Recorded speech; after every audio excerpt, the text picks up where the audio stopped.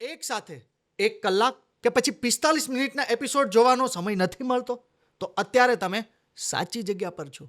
હા, yours podcast Gujarati clips. આ ક્લિપ્સમાં તમને નાની નાની ક્લિપ્સમાં ઘણું બધું શીખવા મળશે.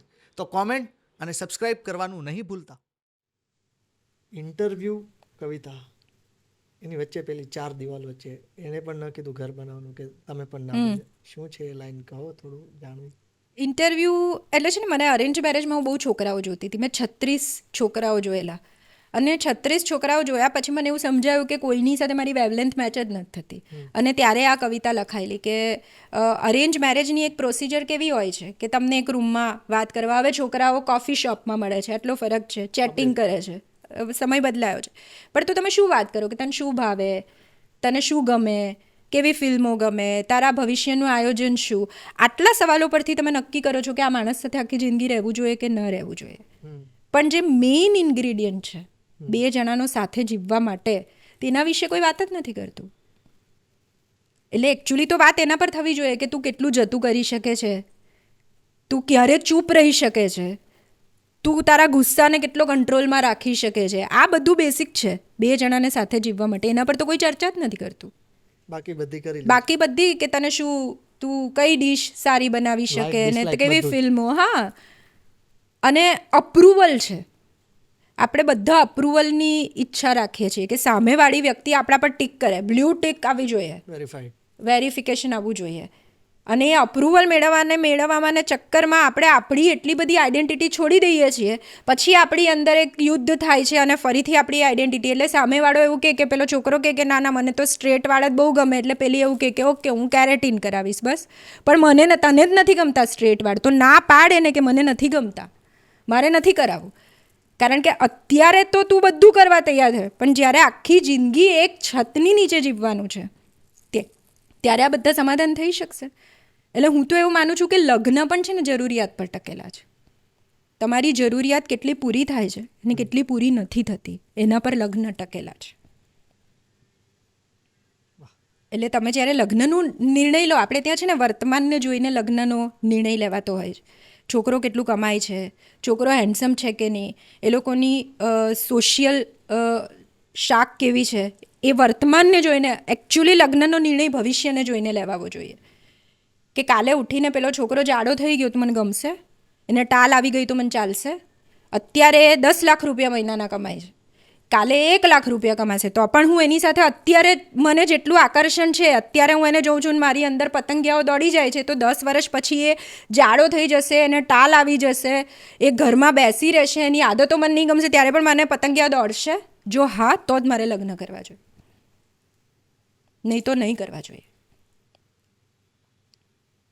કારણ કે આપણે અત્યારે તો બધું જ કરવા તૈયાર હોઈએ છીએ, ભવિષ્યમાં કેટલું કરીશું એ વધારે અગત્યનું છે.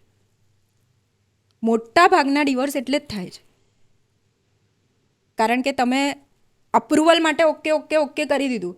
મેં જ્યારે લગ્ન કરેલા ત્યારે મને મારા હસબન્ડે એવું કીધેલું કે હું અત્યારે કંઈ કમાતો નથી, અને ત્યારે આપણે એ કામ સરસ મજાને એમાં એવું કીધેલું કે કંઈ નહીં, એ તો કમાણી તો થઈ જશે. ડબલ એમી થયેલો હતો અને એણે એવું કીધું કે હું કશું કમાતો નથી, અને મેં કીધું કંઈ નહીં, હું કમાઉં છું ને, ચાલશે. જેવું એક ઘરમાં એક છતની નીચે જીવવાનું ચાલુ કર્યું એટલે એવો સવાલ થવા માંડ્યો કે આ કેમ નથી કમાતો, હું ક્યાં સુધી કમાઈશ, મારી કમાણી પર જીવવાની આદત પડી ગઈ. વાસ્તવિકતા જુદી હોય છે, પ્રોમિસીસ જુદા હોય છે, એટલે એ વાસ્તવિકતા વિશે આપણે નથી વિચારતા. એટલે જરૂરિયાત તમારી શું છે એને સૌથી પહેલાં આઈડેન્ટિફાઈ કરો અને પછી લગ્નનો નિર્ણય કરો. પ્રેમ ક્યારેય લગ્ન જીવન ક્યારેય પ્રેમથી ટકતું જ નથી. તમારી જરૂરિયાતો કેટલી પૂરી થાય છે ને એના પર લગ્ન જીવન ટકે છે.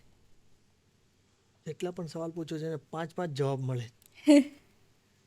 નવા લેખકોને શું કહેવા માંગો છો? નવા લેખકોને મારે એટલું જ કહેવું છે કે ધીરજ રાખો, વાંચો, ખૂબ વાંચો. લખવું એ ઇઝી પ્રક્રિયા નથી. એટલે એક સમય એવો હતો કે જ્યારે ગુજરાતી ભાષા કોઈ નથી વાંચતું, આવી ચિંતાઓ થતી હતી. અત્યારે આવી ચિંતા નથી થતી. સોશિયલ મીડિયાને કારણે ગુજરાતીમાં લખતા ઘણા બધા લોકો છે, ખૂબ સારું છે. પણ લખવાની શરૂઆત કરો, પછી મહેનત કરો. તરત પોપ્યુલારિટી નથી મળતી. સંઘર્ષ કરો, મહેનત કરો, શીખો, વાંચો. તમારે કવિતા લખવી છે તો કવિતા પણ શીખવી પડે. એમને એમ કવિતા એટલે હું આજે કેટલા બધા કવિતા લખે તો 2 કવિતા એટલે પ્રાસ મળે એટલે કવિતા નથી થઈ જતી. શ્વાસ, વિશ્વાસ, આશ એવા શબ્દો લખી દીધા એટલે કવિતા નથી બનતી. તો શીખવાની તૈયારી રાખો અને પોપ્યુલારિટી માટે ધીરજ ધરો. તમે કરેલું કશે જવાનું નથી. ક્યારેક ને ક્યારેક તમને એનું ફળ મળવાનું જ છે. એટલે આજે તમે પોપ્યુલર થઈ ગયા એવું બનવાનું નથી. કદાચ સોશિયલ મીડિયાના જમાનામાં તમે થઈ પણ ગયા, પણ તમારી અંદર ડેપ્થ હોવી બહુ જરૂરી છે. એટલે સૌથી પહેલાં તો અંદર ડ્રિલિંગ કરો જાતમાં. લખવાની તમને લેખક બનવું છે બહુ જ સરસ, પણ એની પ્રોસેસ છે. જેવી રીતે ડૉક્ટર બનવાની એક પ્રોસેસ છે. મને તો બહુ નવાઈ લાગે કે જ્યારે તમે એક ડૉક્ટર બનવું હોય તો તમારે 7-8 વર્ષ મહેનત કરવી પડે. તો ડૉક્ટર બનવા માટે તમે મહેનત કરવા તૈયાર છો, તો લેખક બનવા માટે તમે કેમ મહેનત કરવા તૈયાર નથી? એક સર્જરી કરવાની હોય છે તો એના માટે તમારે શીખવું પડે છે. એમનેમ સર્જરી નથી કરાતી. તો લેખકને કશું પણ શીખ્યા વગર કવિ સંમેલનો કરવા છે, વક્તવ્યો આપવા જવું છે, રીલો કરવી છે, તો ના શીખવું પડે પહેલાં. સર્જરી કરવા માટે સર્ટિફિકેટ જોઈએ. આ લેખન મને એવું લાગે છે કે હવે સર્ટિફિકેટ સેન્સરશિપ આપવી જ જોઈએ. તો એક લેવલ, એક ક્વોલિટી. અત્યારે ક્વોન્ટિટી છે, ક્વોલિટી નથી.